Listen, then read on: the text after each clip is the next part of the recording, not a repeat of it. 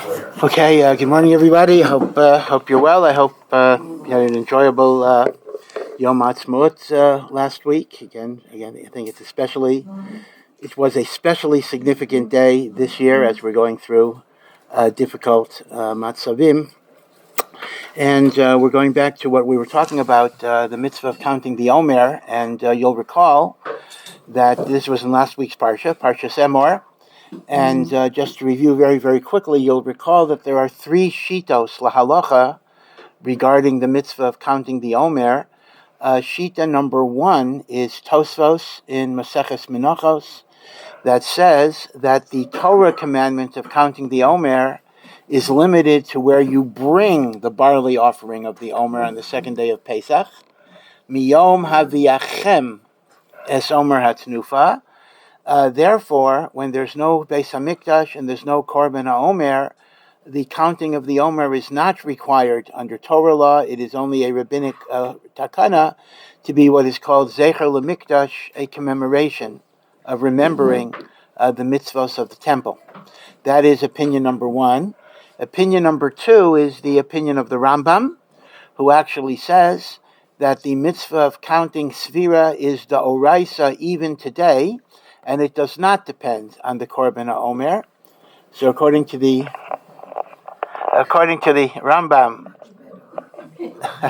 it would be a mitzvah d'oraisa. And then I had mentioned the very odd third opinion of Rabbeinu Yerucham, who was a disciple of the Rosh, who maintains that the chiyuv of counting days of the Omer is a Torah commandment even today. But the chiyuv of counting weeks of the Omer is only a midrabanan zecher l'mikdash, and it's very difficult to understand what the logic of that is. But I think I had mentioned to you a svara of the Or Sameach, the Rabbi Simcha Kohen, who says that the reason why SEFIRA is counted in both days and weeks is because SEFIRA is a count down or a count up to Shavuos. Now, Shavuos is both a one-day holiday and a one-week holiday. How so?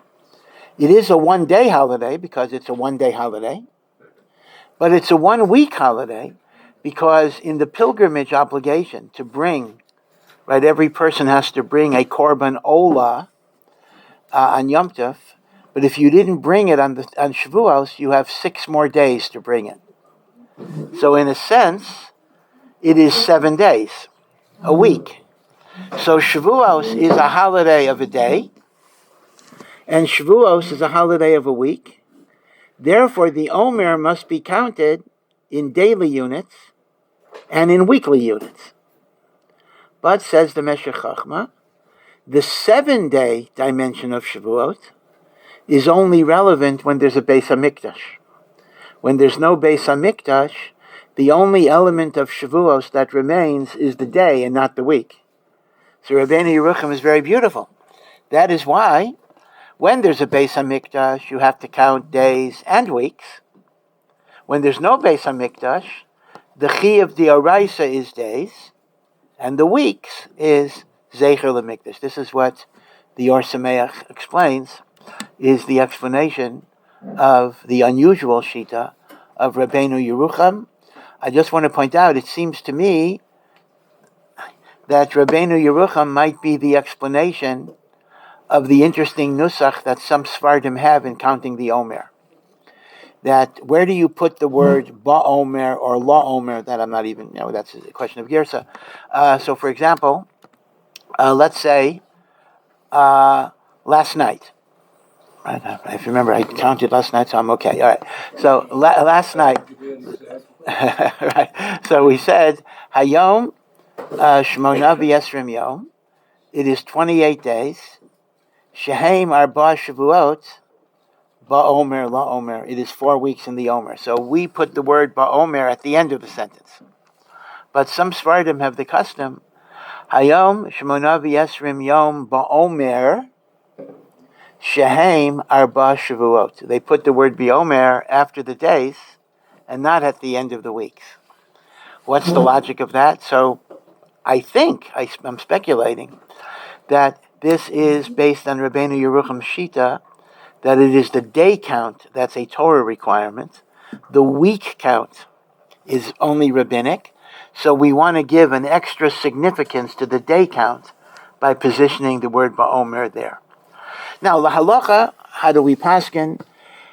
Once again, it doesn't make that much of a difference because everybody's moda that you have to do it, right? Whether it's Doraisa, Drabanan, Zecher L'Mikdash, bottom line is you got to do it.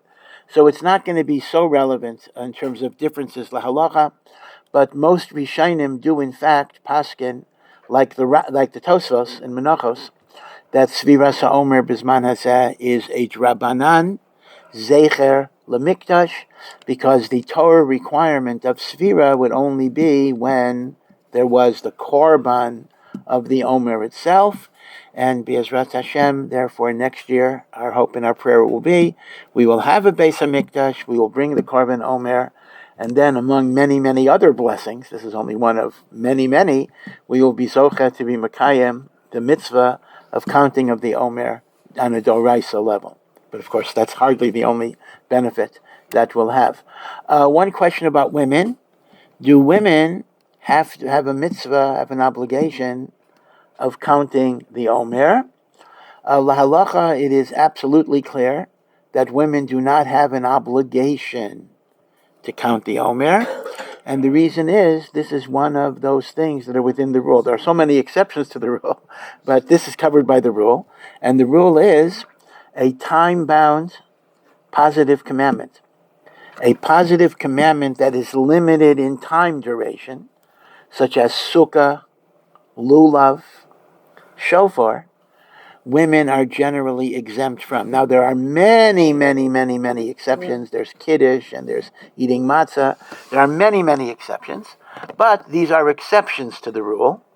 And the rule is, mitzvah taseh, shazman garama, nashim peturos. So as a result, Sefirat HaOmer, it's very clear that nashim are peturos. At the same time, consistent with our general idea that even a mitzvah that women are exempt from, Ashkenazim at least, paskin, they can do the mitzvah and they can make the bracha on the mitzvah, like a lulav, like a sukkah. So by the same token, they are permitted to count the Omer, and for Ashkenazim at least, they're even allowed to make the bracha. However, the Magen Avram brings an interesting chumrah that he discourages women from making a bracha because it is so likely that they might forget the day, so it may turn out that they're rendering their blessing in vain. Now, men don't have a choice. Men can also forget, but, we got to do it. But if it's an optional bracha, the Magen Avram suggests that women should not do it. On the other hand, the minhag, I believe, the predominant minhag is that if a woman wants to count the Omer, she is allowed to do so. And again, Ashkenazim maintain, even with the bracha. The reason I say Ashkenazim, because it is important to remember that the Shulchan Aruch of Yosef Karo actually paskins that if a woman does a mitzvah taseh shazman garama, like lulav or sukkah, she gets reward, but she does not make a bracha because she cannot say asher kiddishanu b'mitzvosav, that God commanded us. So according to Svardim, if a woman takes lulav, she would not make a bracha. If a woman sits in the sukkah, she would not make a bracha. This is what Svardim maintain, except for Moroccans who follow the Ramah here. But Ashkenazim follow the view of Ramah, who in turn follows the view of Rabbeinu Tam, Rashi's grandson, who does maintain that even if a woman is doing a mitzvah she's not obligated to do, she can still say the nusach, asher kiddishanu b'mitzvotav, because the statement that God has sanctified us with his commandments is a reference to the Jewish nation as a whole. It is not a reference to the individual person. If you would say it b'lashon yachid, which we don't say, asher kidashtani b'mitzvotav, so perhaps you could argue a woman doesn't have a chiyuv, she can't say those words. But given the fact that it's in plural, asher kiddishanu, he sanctified the Jewish people, of which I'm a part. So this is a big machlokas. This is a very, very important machlokas generally, and this would have repercussions regarding Sefirat HaOmer as well. But at least for the Ashkenazim, unless you go with the Magen Avram's Chumrah that a woman is going to forget, a woman is allowed to count. A woman can make a bracha. Now, I'm not sure if this is 2 weeks ago, so I don't remember. I had mentioned, I think, a very, very interesting halacha in the name of the Beis Halevi. The Beis Halevi was the first of the Soloveitchiks, who was the Rav of Brisk. He was Rav Chaim's father. And although the so-called brisker derech of learning was kind of invented by Rav Chaim, so the Beis Halevi is technically not within the brisker derech of learning, but quite literally he was grandfathered in. So within the brisk tradition, the Beis Halevi is admitted. They allow the Beis Halevi to be studied, even though his derech halimud is a little. By the way, one of the things that Rav Chaim had the sweetest temperament. Rav Chaim was amazing in terms of his midos. One of the things that got him genuinely angry was when anyone ever suggested that he was deeper than his father in learning. He was deeper than his father in learning. Again, it's not for me to make any judgment at all on that. I'm not going to make a judgment on that. But that is the one thing that genuinely made Rav Chaim very, very upset if there was any intimation of disrespect for his great father. On the other hand, the Beis Halevi also had, as you could imagine, a tremendous nachas. I mean, how could you not, with his son Rav Chaim? And he once said a beautiful thing. He said, you know the difference between my son and me? Somebody comes to me and they ask me a gewaldige question, a real deep, complicated, great question. And I give a real deep and complicated, great answer. He says, everybody walks away happy. The one who asks the question feels so brilliant that he came up with such a good question. And I'm happy because I came up with such a brilliant answer. He says, that's me. You go to my son Rav Chaim, someone asks him a question. Rav Chaim, through his analysis, shows there was no real question to begin with. If you really answer, he says, nobody's happy. I didn't ask a question. I didn't give an answer. He says, so that's the difference between Rav Chaim and me. The Beis Halevi says, I answer questions. Rav Chaim shows there was no question to begin with.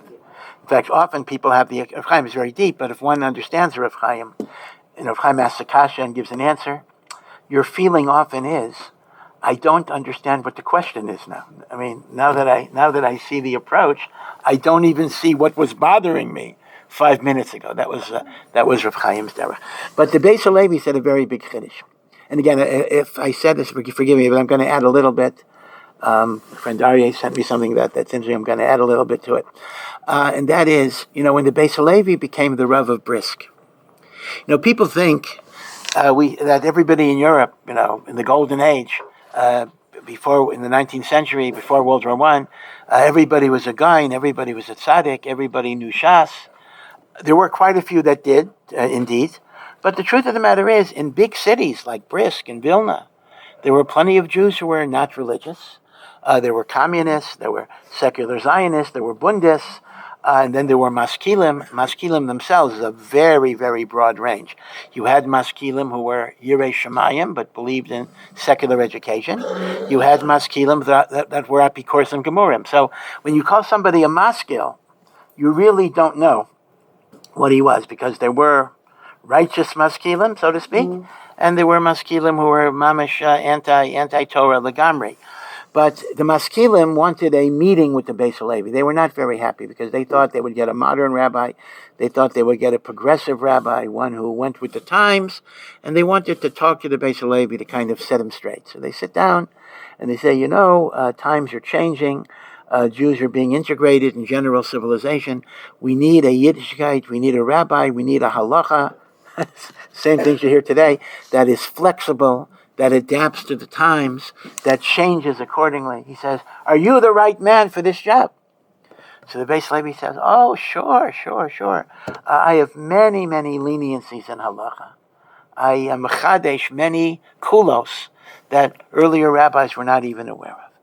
So they got excited. They didn't expect this. Wow, you're going to tell us like some great leniency, like, you can drive on Shabbos, I don't know, whatever it is. So the Beis Halevi said, here is a great chiddush I have in halacha. And it's about Sefirat HaOmer.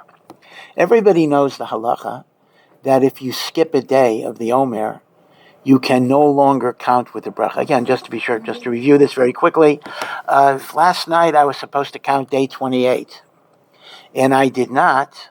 I can still count today without a bracha, and if I counted today without a bracha, tonight for day 29 I can resume with a bracha. Right, that's the halacha. But if I forgot day 28 legamre, meaning I didn't count it last night and I didn't count it the rest of today, I still count the Omer, but I can no longer make a bracha. I have to hear the bracha from somebody, and if Nebuch I have nobody to hear the bracha from, I just count without a bracha. Now, what is the basis of that?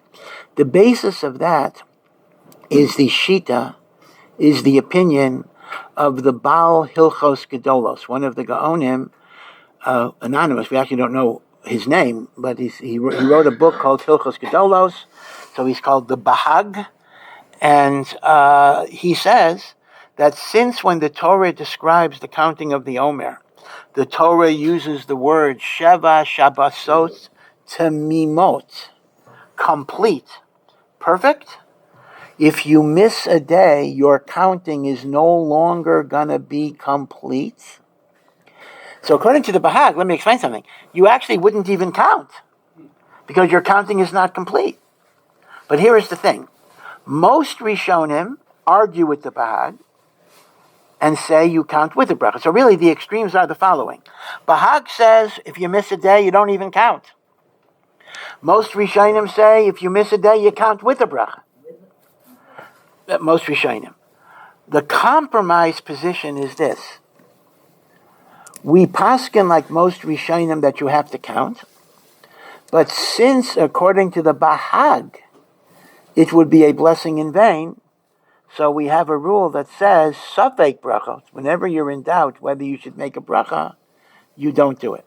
So I want to make it very clear. The idea that you count without a bracha is actually a compromise because of an unresolved machlokas in the Rishonim. Meaning, according to the Bahag, you wouldn't even count. And according to most Rishonim, even if you miss a day, you would count with a bracha. We are choshesh for the Bahag, not to make a bracha, but we're also choshesh for the other opinions that you have to do a mitzvah, so we do the mitzvah without a bracha. This is commonplace. This is a common rule in halacha, that if you're masupak, if you're obligated to do something, you do it without a bracha. This is called safek brachos lahakel. Safek brachos lahakel. Now, here's what the Beis Halevi. Now, this is not the Beis Halevi. This is regular halacha. But says the Beis Halevi the following. This is my chiddush. There is a mitzvah to count days, and there's a mitzvah to count weeks. These are two separate mitzvahs. Now, the mitzvah to count weeks is actually not the way we do it. You see, we actually, every single, let's say day 27. So we said it's, today is the 27th day. That is 3 weeks and 6 days. According to the actual halacha, the chiyuv of counting weeks only requires the end of every week. Meaning, day 7, today is the 7th day, which is 1 week. Day 14, today is the 14th day, that's 2 weeks. Meaning, when it's day 13, you don't have to say 1 week and 6 days. So the chiyuv of weeks is only 7 times during SEFIRA. 7, 14, 21, 28, 30, 35, 42, 49. So says the Beis Halevi, let's say a person messed up and didn't count the 6th day of the Omer. So he can no longer make a bracha on the counting of days because his counting of days is not complete. He didn't count 49 days. But as long as he didn't forget day 7, he could still make a bracha every 7th day. He could make a bracha on day 7, day 14, day 21, day 28, day 35. Why? Because even if he's not fulfilling tamimot on the days, he can fulfill tamimot on the weeks. Which actually means he gains 7 brachas. He missed a day, he gets 7 brachas. So the Beis Halevi says to the Maskim, this was not the type of leniency they were looking for. I mean, this did not interest them in particular. But he said, you see, I'm a Mekel. I'm a person who has chidushim and the like. Okay, but be it as it may, it is a very, very, very fascinating chiddush of the Beis Halevi that Temimot can exist on weeks, even when Temimot cannot exist on days. But so Ari sent me a shir from Rabbi Weiss, who went through a lot. He said over the Beis Halevi, and he went through a lot of criticisms of the Beis Halevi. He basically he kind of digressed a little bit. He first of all, he made the basic argument, which is a very good argument, and that is, it's not possible that the earlier authorities agreed with this. Otherwise, they would have said it. I mean, if the Shulchan Aruch says you miss a day, you cannot make a bracha. If the halacha would be every week you can make a bracha, he would have said it. So this is a very good example that by negative implication, it's not just they didn't mention it. It must have been they didn't agree with it. Because if they would agreed with it, they would have mentioned. Okay, I mean that's one point. And then he had a point. He wanted to argue that the Beis Halevi had forgotten something because he quoted a Magen Avraham and mentioned the Torah. And Rav Usher said that apparently the Beis Halevi didn't remember the exact reference of the Torah because something was inaccurate. Okay, so he then went into an interesting digression that's just nothing to do with our topic per se, but it was a digression in which he says some people attacked him. How dare he say that the Beis Halevi forgot something? How can you talk about a gadol that he forgot?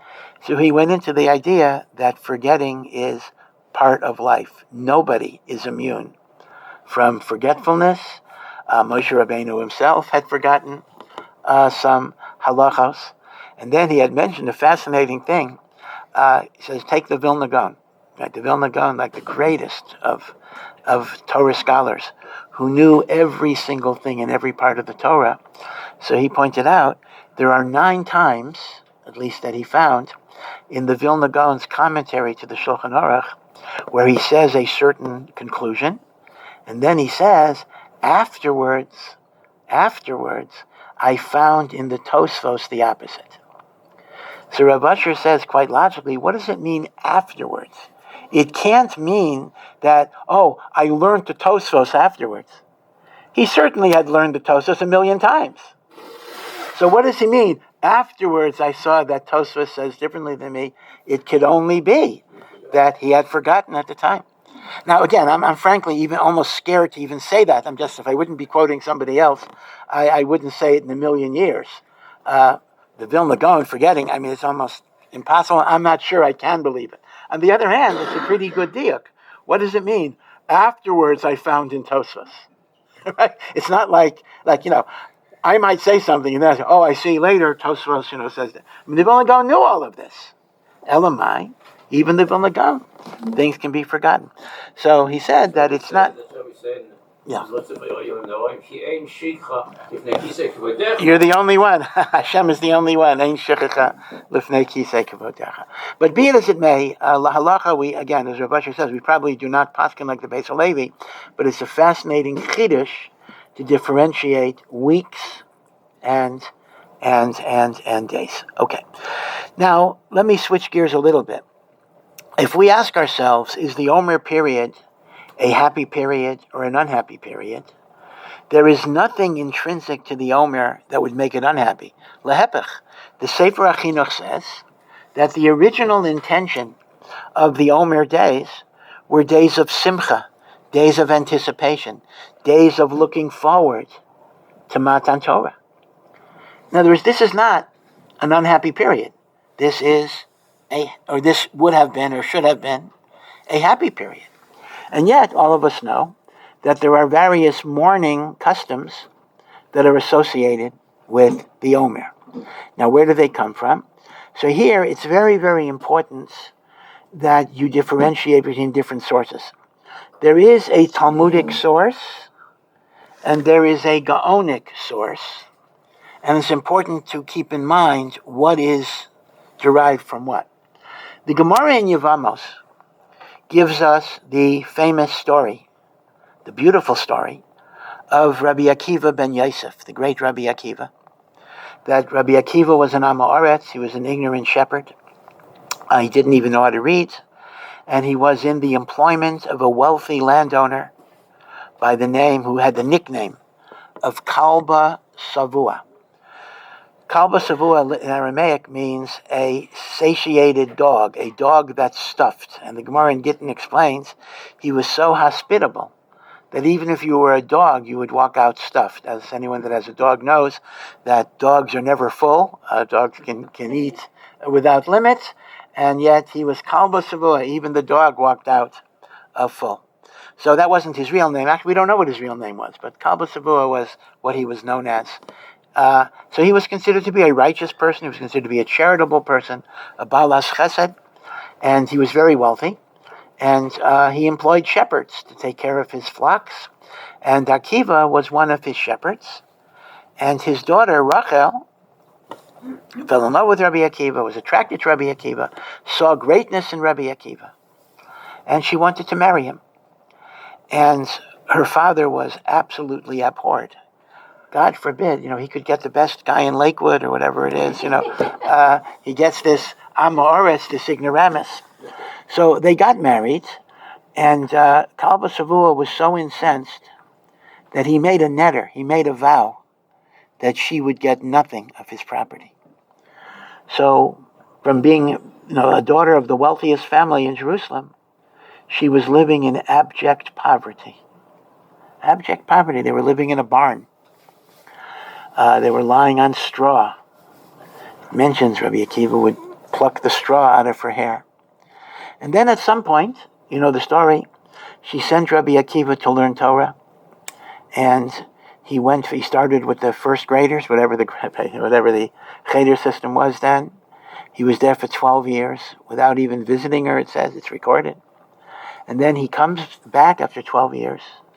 He overhears her speaking to a neighbor, where a neighbor says to her, "What type of husband do you have who leaves you for 12 years?" And she said, "I wouldn't mind if he'd go back for another 12 years. Rabbi Akiva heard that, and according to the story, he went back, didn't even say hello. Now, we read a story like this, and it's very, very hard for us to understand. He couldn't have a cup of coffee. He couldn't say hello. So let me give you two explanations. I think neither explanation will satisfy you totally, but two interesting perspectives.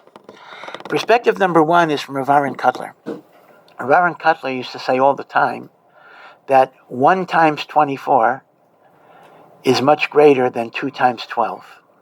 And that is, there's a certain critical mass. If I learn an hour, then I take a break, and then I learn another hour. So although I learned 2 hours, that's not the same as 2 consecutive hours. Critical mass. In fact, the Chazon Ish writes, I myself have never experienced this in my life. Maybe one day in my life, maybe I would have it. But he talked about what it is like to learn 12 hours straight without interruption. And he literally describes it as, being in heaven, being in Olam Haba. He says at some point your neshama, is literally not in this world. But it only comes after time. And the Chazon Ish said, it typically takes 3 hours to get into it. Now, how many times do we learn 3 hours straight? Not that often. He says, so we don't even have a taste of any of this. But Rav Aaron said, Rabbi Akiva had 12 years of continuous learning. He now pays a visit. But he didn't want to give any further interruption. He wanted there to be a continuity. The Chazon Ish gave a famous mashal. If it takes, let's say you have a big pot of water, and it takes 30 minutes to bring the water to a boil. After every 29 and a half minutes, you shut off the flame, have it cool down, and then start it up again. You can do 29 and a half, 29 and a half, 29 and a half. You can do it 100 times. But if you don't have 30 consecutive minutes, you're not going to get a boil. Critical mass. That's Rav Aaron Kotler's understanding of why Rabbi Akiva took this extreme measure. There's another pshat that says the following. Actually, I like this because this puts a bit of a human face on it. Rabbi Akiva knew that if he would stop for a cup of coffee, he wouldn't have had the heart to go back. You wouldn't what? He wouldn't have had the heart to go back. He would have seen, he was aware of her suffering. He was aware of her deprivation. He was aware of everything she's going through and her poverty. But she wanted him to go. And without her permission, he would not have been allowed to do this at all. But he would have broken down. Had he let himself be opened up at that point, he wouldn't have been able to go any further. It's interesting. Let me just mention something. Rabbi Akiva did have children. He did have children. We know that he had a son and he had a daughter. So at a minimum, we know he had a son and a daughter. Let me tell you an interesting thing about Rabbi Akiva's children, or at least Rabbi Akiva's daughter. And this, once again, is a speculation. I don't have a proof for this. No, I can't. Okay. Okay. I mean, all right. Doesn't stay. I have a misshapen head. Yeah. The Gemara discusses Masechah Shivamos, when the Gemara discusses the mitzvah of getting married. So it mentions there was a certain rabbi who never got married. His name was Ben Azai. And Ben Azai, who was considered to be very, very great in learning. Centuries later, when Abaye wanted to describe what he was like when he had a clear mind, he said, "I am like Ben Azai today." So hundreds of years later, Ben Azai was the epitome of brilliance. Ben Azai, after learning all of this about getting married, he said, "Ma'asa, what can I do? Nafshi chashka b'Torah. I have such a desire to learn Torah, I can't get married. I can't take on the role. My connection to Torah is too strong. I can't give it up." We used to call in yeshiva, when I was in yeshiva many years ago, so we had older bachelors. So we used to call them members of the Ben Azai Club. He says, "What can I do? I love Torah learning so much," and the like. Tosfos brings the following. Actually, Ben Azai was married. He got divorced. And who did he marry? Rabbi Akiva's daughter. They got divorced. Now, end of story. No other information is given. But here is my speculation that has absolutely no source at all. So don't ask me for a source. This is a guess and a speculation.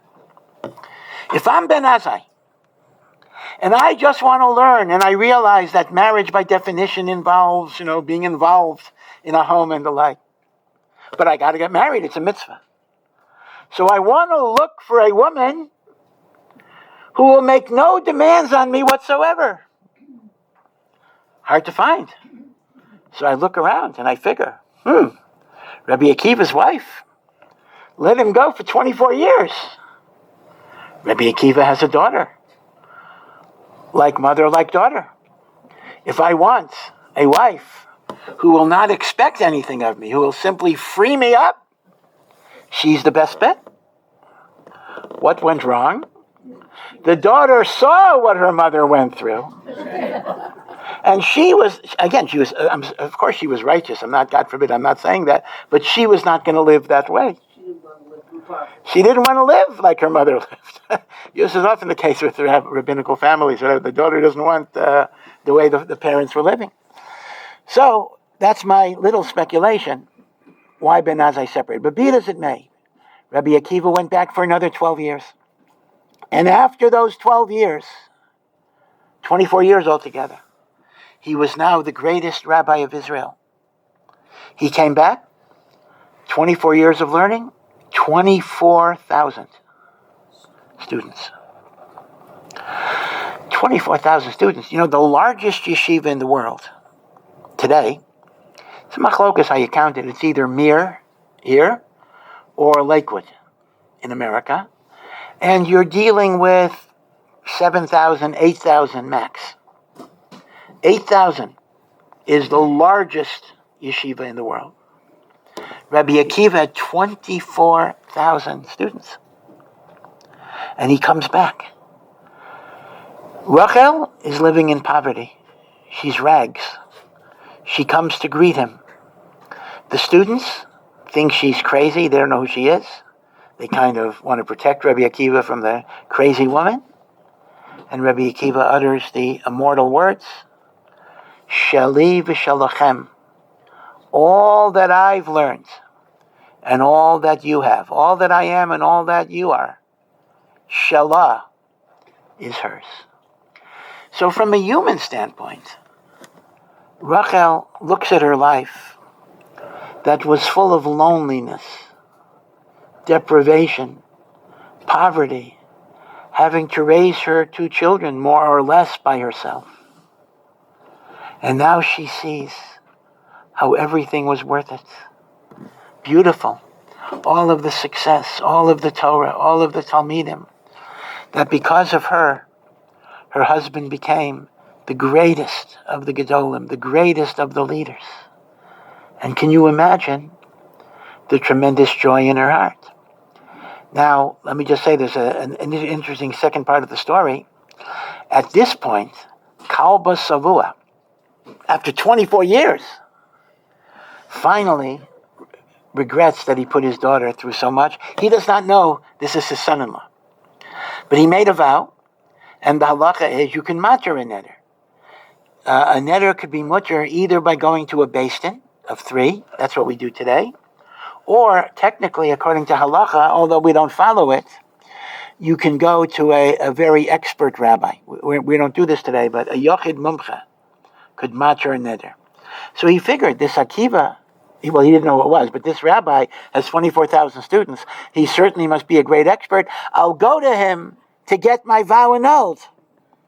Now, when you annul a vow, you have to be able to express that you made it under a mistake. So you typically would say, had I known a certain thing, right? Let's imagine, even a simple case. Let's imagine I made a vow. I want to go on a diet. I'm never going to eat chocolate again, which you shouldn't make the vow. And you come home, and your wife, if you're a man who made the vow, husband made the vow, and your wife made a great, delicious chocolate cake. Now, it would hurt her very much if you wouldn't eat the cake, because your motives are totally l'shem shamayim, of course.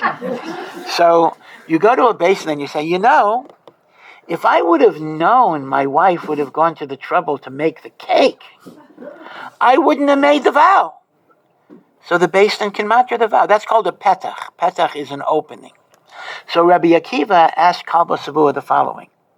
If you would have known that your son-in-law would have become a Talmid Chacham, would you have made the vow? So he said, of course I wouldn't. If I would have known he would know how to read, I wouldn't have made the vow. So Akiva said, mutter, everything's mutter. And then they revealed themselves, and Kalba Savua made his wealth available, and the remainder of their lives, they were comfortable.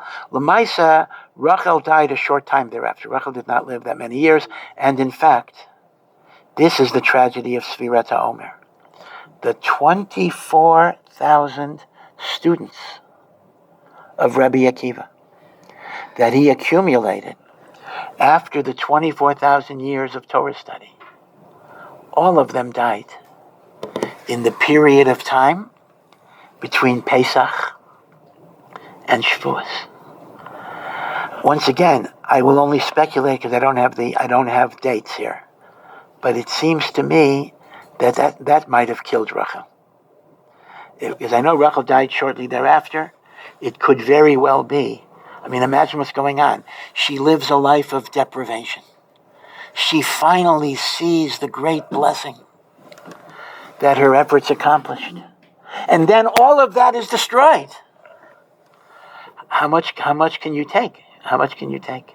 She did die shortly thereafter. Rabbi Akiva had a second wife. He actually married a Roman princess who converted to Judaism, a Matronisa. He says he got wealthy from that. So in terms of shidduchim, he had 2 shidduchim that ultimately brought him wealth. But he always considered Rachel to be the reason for everything that he achieved. Now, here's the thing I want to say. The Gemara tells us the 24,000 students of Rabbi Akiva died. Yeah. The Gemara tells us they died between Pesach and Shavuos. The Gemara even tells us spiritually the reason why God took them out of the world. And the spiritual reason is they did not show proper kavod. They did not show proper honor, proper respect for each other. And therefore they could not be the Torah leaders of the next generation. God took them out. However, this is what the Gemara does not say. It's important to recognize this. The Gemara does not say that therefore we observe mourning restrictions during the Omer. The Gemara makes no mention at all of any type of Avelis restrictions. The Gemara just gives us the story of Rabbi Akiva's Talmidim, their death in the days between Pesach and Shavuos, and the spiritual reason for their death. They did not show proper kavod zelazeh. So what is the makor? What is the source that during the Omer period we don't get married, we don't take haircuts? It is not from the Talmud at all. It is from the Gaonim after the Talmud. The Gaonim wrote Shuvos, and it is recorded in the works of the Gaonim the following. And even then, it wasn't the halacha. It says, Yesh mikomot. There are some communities where, to commemorate the deaths of the students of Rabbi Akiva during this period, Nahagu, they established a custom not to get married, not to cut hair. Now, the Gaonim didn't even say it was a halacha. They just said, Yesh mekomot. Later, what happened was it gradually spread. So it's important to keep in mind that although mourning during the Omer period is based on a Talmudic story, the mourning itself is not a Talmudic rule. It is a post-Talmudic custom that spread in Klal Yisrael in the time of the Gaonim. I'll discuss in a few moments what days of mourning do you have. But as a result, the nature of the SEFIRA period was unfortunately transformed from what would have been a very happy period, and by the way, that dimension should still exist, to one which commemorates the deaths of the students of Rabbi Akiva. Now, people ask the question, okay, 24,000 people is an awful thing. Of course it's a tragedy. But to be brutally frank, we've had worse. Whether it's Holocaust, crusades, communities being destroyed, why would it be that after 2,000 years, actually more than 2,000 years, a little less than 2,000 years, because really it was, Rabbi Akiva was after the Churban. But why would it be that I'm still making a deal about the Talmidei Rabbi Akiva? Again, not to diminish the tragedy, but it's a tragedy like many, many tragedies. Why would I have all of this Avelos because of Talmidei Rabbi Akiva? So there are two answers. Answer number one is, it's not just numerically 24,000 people. Rather, this was virtually all of the teachers of Torah of the next generation. Meaning to say, the whole survivability of Torah was hanging by a thread. Indeed, the Gemara tells us that after he lost his students, he managed to have 5 more Talmidim. Everything we have is from 5 Talmidim. So this is not just, this is worse than the Holocaust in the sense, because if God forbid, we would have lost the transmission of Torah to the next generation, there wouldn't have been Judaism. So we got to recognize what a tragedy this was. That's answer number one. But answer number two is the following. It's not simply mourning about a tragedy. If the issue would be mourning about a tragedy, so we have bigger tragedies. But rather, it's meditating and contemplating the reason for the tragedy. They didn't show proper honor, proper respect. I'll discuss shortly what that would be. So what does it mean when I mourn the students of Rabbi Akiva? I'm not just mourning deaths, but I'm remembering what was the chait, and how does that apply to me? The sinat chinam, the hatred, the polarization, the disunity, the lack of respect, the lack of regard. So therefore, this is not just mourning for the sake of mourning. This is mourning for the sake of rectification, for tikkun, to fix it. Remember, Rav Hirsch says a beautiful thing. The word kavod, right? Kavod, honor, respect. Rav Hirsch writes that the shirish of kavod is kaved. Kaved is heaviness, weightiness. In other words, kavod, when I show kavod to you, it's not a matter of politeness, etiquette. Rather, I look at you and I see your significance. I see your weight. Yeah, I'm not referring to body weight. But the notion is when somebody has opinions that you value, so we actually say that person is a heavyweight. That person has gravitas. That person is weighty. So Rav Hirsch just points out that kavod is not external politeness. Kavod is seeing significance within the person. And he explains, we can assume, what does it mean Rabbi Akiva's students didn't show kavod to each other? We don't have to assume what they pushed each other out of line, they called each other idiots.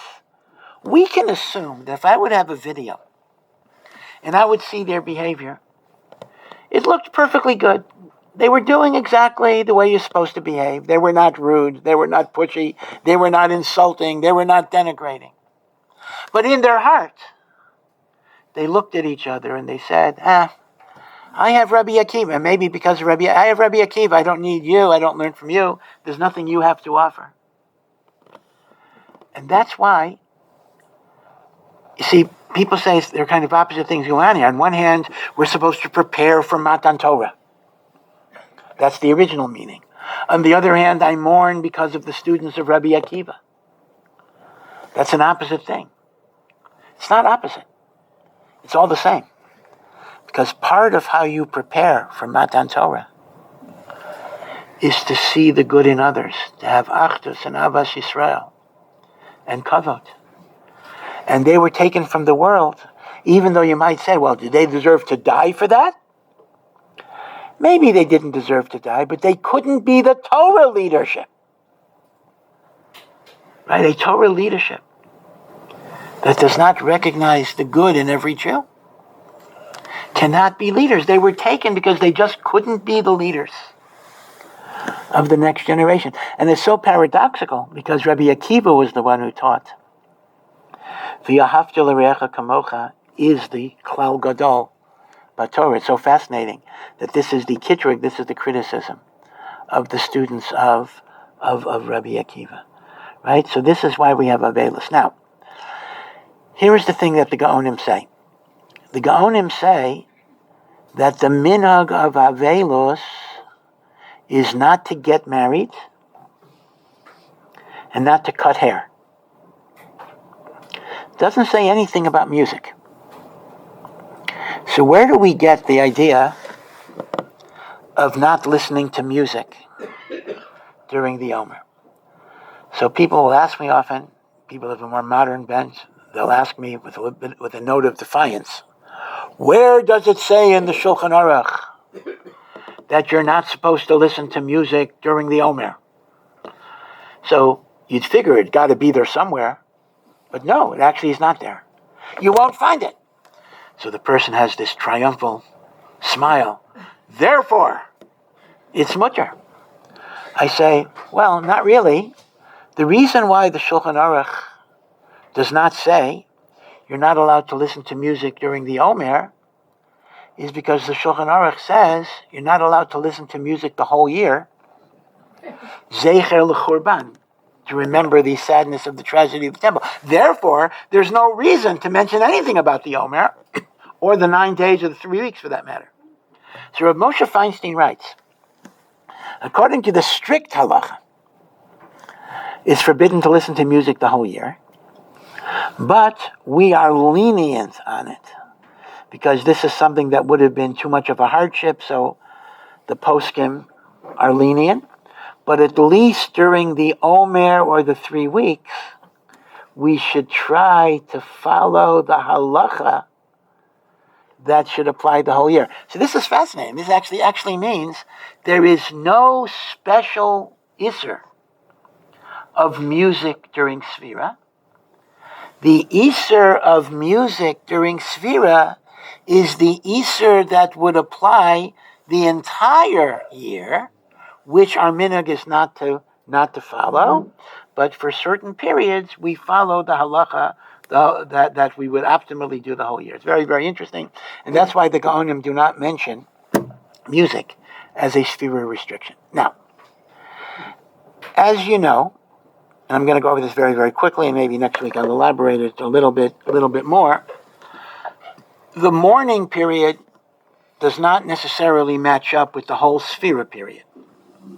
The SEFIRA period is 49 days. The mourning period might only be part of that.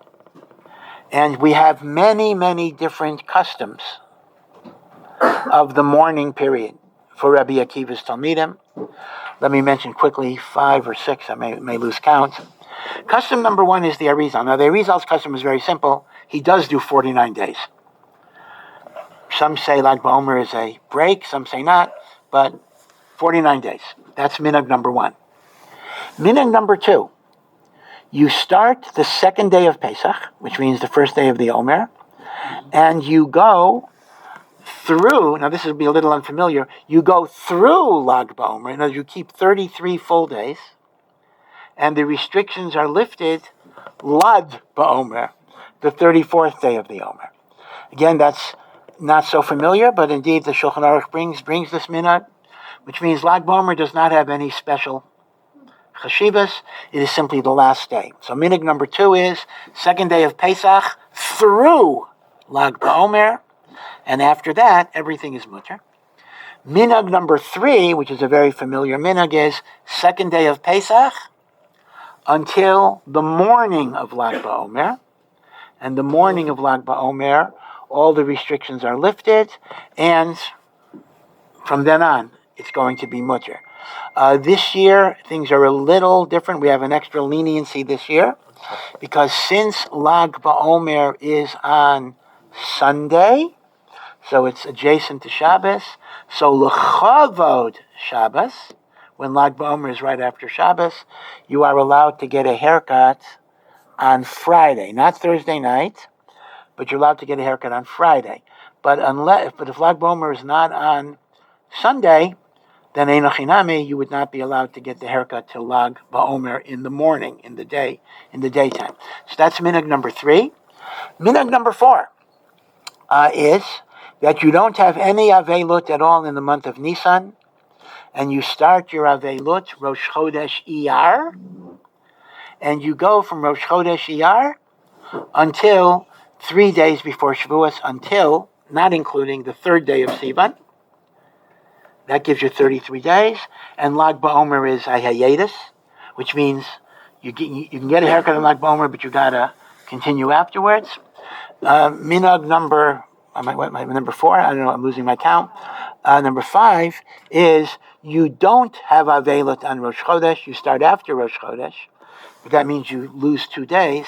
So you have to go until Hey Sivan with Lag BaOmer as a hiatus. Okay, so these are all the different minhagim. Now, the one thing you cannot do, and everybody tries to get away with this, is you can't say, I start my Avelos on Rosh Chodesh Iyar, and I stop it at Lag BaOmer. Can't do it that way. Meaning, if you start on Rosh Chodesh, you got to go until Gimel Sivan, Gimel Dalet Hey, 3 days before Shavuos. If you start after Rosh Chodesh, you got to go until Hey Sivan. Lag BaOmer is hiatus. The only heter to stop your Avelos after Lag BaOmer is only if you started the second day of Pesach. Now, there are actually more minhagim. It's so interesting. There's so many diversity of minhagim. So here, one of the questions that people ask all the time is, can I change my minhag depending? I mean, let's imagine the following. Let's imagine that I keep the Avelut restrictions from the second day of Pesach. But I'm invited to a chasna Rosh Chodesh Iyar. Or vice versa. Let's assume that I keep Avelos from Rosh Chodesh and I go until Gimel Sivan, and I'm invited to a wedding the 35th day of the Omer. At a time, in other words, where I'm still keeping SEFIRA. So people ask the question this way. The way they ask a Rav a question typically is, can I switch my Avelut this year? I'll still keep 33 days of mourning, but can I switch my Avelut to be able to go to a wedding? So here, I want to share with you a beautiful tshuva of Rav Moshe Feinstein, which is a very big chiddush, and not everybody agrees. Rav Moshe says you don't have to switch your Avelut at all. Because he says, there are only two things that are usher during SEFIRA, and a third thing was added. The two things that are usher is you're not allowed to get married, and you're not allowed to cut your hair. And then we added music in light of the Isser of music the whole year. Rav Moshe says, the only Isser of SEFIRA is to get married. There is no Isser to go to a wedding. Therefore, as long as the Chatan and the Kala are making a permissible wedding, because for them, it's not SEFIRA, you can go. Now, if they're doing an impermissible wedding, in other words, they're violating, then you shouldn't go because you're participating in a sinful wedding. Although even then there's a shayla. But certainly, if the wedding is permissible for them, you can go.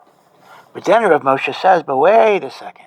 Okay, there's no problem with my going to a wedding. Got it. But what about the fact that I'm listening to music? There is at least a minhag of not listening to music here. So Rav Moshe says like this. This ties into his earlier point.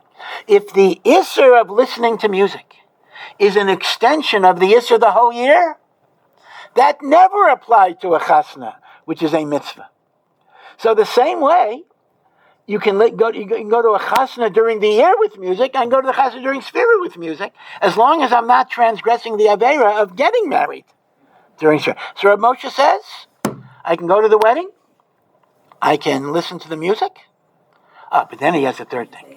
But what about if I'm a little unkempt and I would like to cut my hair? Now there, l'chara, you do have a problem. There is an issue to cut your hair during your avelos. So here Rav Moshe has yet another chiddush. He says, listen, l'tzorech mitzvah, since there's a mitzvah to be misameach chasna b'kala, if looking more presentable would make them happier, or to put it the other way, if not looking presentable, they would be a little bit distressed. L'tzorech mitzvah bichlal, there's no issur of cutting your hair. So Rav Moshe says, now here's the chiddush of Rav Moshe. A lot of people think, in order for me to go to a wedding, I got to change my avelos and extend my SEFIRA. He says, no. You can, if you're invited, you start from the second day of Pesach, you're invited to a Rosh Chodesh Iyar wedding, you can go and you can still end your avelut on Lag BaOmer. Big chiddush. Because we're so used to the idea you're not allowed to go to a wedding during SEFIRA. He says, no, you're not allowed to get married as long as now, if you want to get married and the time that you're available, then you have to talk about changing minhagim, hataras nedorim. That'll be a procedure. That you have to go to a rabbi and say, can I change my minhag? But Rav Moshe's chiddush is that the common scenario that people ask the shayla, they're invited to a wedding. He says you do not have to change anything. It's a very, very important psak to be aware of. Okay, you all have a good week.